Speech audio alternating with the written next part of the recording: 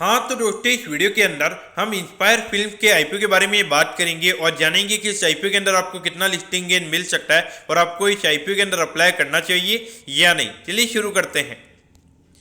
तो देखिए, सबसे पहले हम ये जानेंगे कि ये कंपनी क्या काम करती है। तो देखिए, जो कंपनी 2012 में ये कंपनी स्टार्ट हुई है, यानी कि लगभग 10 से 11 साल ये कंपनी को स्टार्ट हुए हो चुके हैं। तो देखिए, जो कंपनी है, ये कंपनी हमें यहाँ पे जो टेलीविजन और इसके अलावा जो आजकल डिजिटल कंटेंट आता है, तो उसके रिगार्डिंग हमें यहाँ पे ये कंपनी कंटेंट बनाती हुई हमें यहाँ पे नजर आती है। यानी कि जो कंटेंट होता है वो ये कंपनी हमें यहाँ पे बनाती हुई नजर आती है।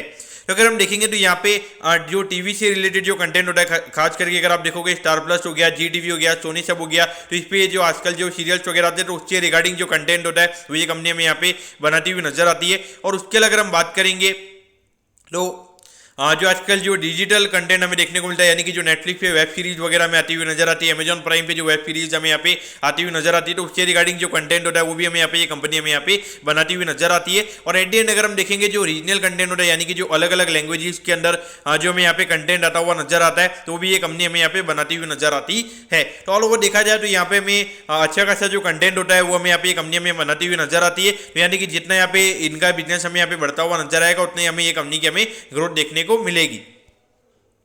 अब अगर हम ऑब्जेक्टिव की अगर हम बात करेंगे, यानी कि जो आईपीओ से कंपनी को पैसा मिलने वाला है उसे कंपनी कैसे यूटिलाइज करेगी, तो देखिए, एक नॉर्मली वर्किंग कैपिटल के रीजन की वजह से हमें यहाँ पे जो कंपनी का आईपीओ है वो हमें यहाँ पे आता हुआ नजर आ रहा है। तो देखिए, कोई खास रीजन नहीं है। और उसमें से अगर हम देखेंगे तो यहाँ पे जो आईपीओ का एक्सपेंस है वो भी कंपनी हमें यही से यूटिलाइज करती हुई नजर आएगी। लगभग 20 करोड़ के लगभग आईपीओ में यहाँ पे नजर आता है, यानी कि लगभग 1 करोड़ का यहाँ पे आईपीओ का एक्सपेंस ही कंपनी का यहाँ पे चला जाएगा। तो कंपनी के पास एट द एंड उसके बाद में 19 करोड़ के लगभग यहाँ पे कंपनी के पास में अमाउंट बचेगा। अब अगर हम कंपनी के प्रमोटर्स की अगर हम बात करेंगे तो देखिए, यश अरविंदा पटनायक जी यहाँ पे कंपनी के प्रमोटर्स हैं। और उसके अलावा beyond dreams entertainment private limited, यानी कि कोई प्राइवेट लिमिटेड कंपनी होगी, वो मेरे ख्याल से यहाँ पे कंपनी की प्रमोटर हमें यहाँ पे नजर आती है। अब अगर हम रेवेन्यू की अगर हम बात करेंगे तो देखिए, यहाँ पे अराउंड 19 करोड़ के लगभग कंपनी का रेवेन्यू का नंबर था।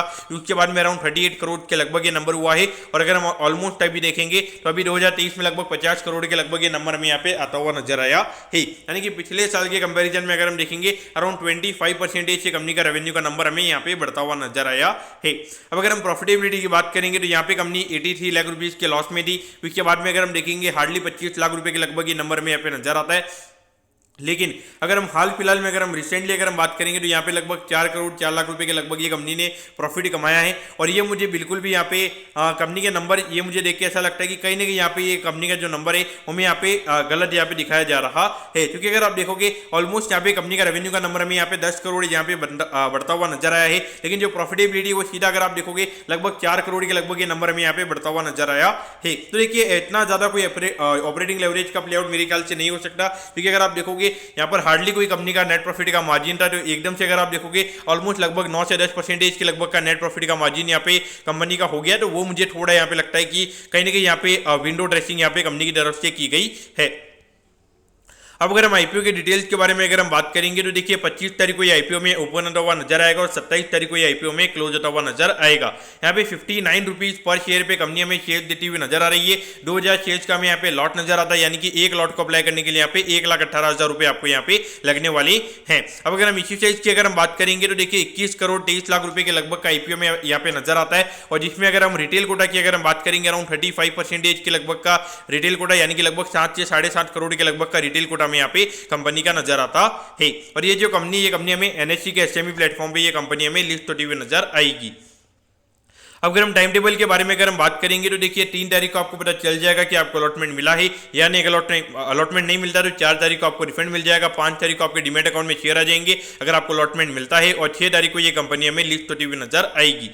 अब एट द एंड अगर हम वैल्यूएशन के पैरामीटर्स की अगर हम बात करेंगे तो देखिए, लगभग 80 करोड़ के मार्केट कैप पे ये कंपनी का आईपीओ में आता हुआ नजर आ रहा है। यानी कि पी रेशियो वाइज अगर हम बात करेंगे तो 19-20 के पी रेशियो पे ये कंपनी का आईपीओ में आता हुआ नजर आ रहा है। तो ऑल्दो अगर हम देखेंगे तो रेवेन्यू वाइज तो यहाँ पे अच्छी ग्रोथ हमें देखने को मिल रही है। लेकिन जो प्रॉफिटेबिलिटी वाले नंबर की अगर हम बात करेंगे तो पिछले 2 साल की अगर हम बात करेंगे तो 1 करोड़ से भी नीचे का नंबर था। तो वो मुझे थोड़ा यहाँ पे रेड अलर्ट यहाँ पे नजर आता है। लेकिन देखिए, लगभग अगर हम देखेंगे तो आई थिंक यहाँ पे एंकर बुक भी है 50% के लगभग का क्यूआईबी कोटा में यहाँ पे नजर आता है। यानी कि अगर हम क्यूआईबी कोटा के हटा के अगर हम एचएनआई और रिटेल कोटा की अगर हम बात करेंगे हार्डली 10-11 करोड़ के लगभग वो नंबर में यहाँ पे नजर आता है। तो इस पॉइंट ऑफ व्यू से देखा जाए तो मुझे लगता है कि कहीं ना कहीं यहाँ पे जो डाउन साइड रिस्क यानी कि आईपीओ के नीचे खुलने की मेरे ख्याल से एक्सपेक्टेशन यहाँ पे कम रहेगी, या फिर अगर कुछ नेगेटिव होता भी तो मेरे ख्याल से पार पे यानी कि रेट टू रेट यहाँ पे आईपीओ में खुलता हुआ नजर आ सकता है। लेकिन देखिए मेरे ख्याल से अगर आपको लगा नहीं है तो मेरे ख्याल से लिस्टिंग के लिए आपको अप्लाई करना चाहिए। मेरे ख्याल से long term point of view से मुझे कुछ इतना ज्यादा इंटरेस्टिंग यहाँ पे नजर नहीं आता है, क्योंकि यहाँ पर अगर आप देखोगे तो नंबर देख के ऐसा लग रहा है कि कोई ज्यादा सस्टेनेबिलिटी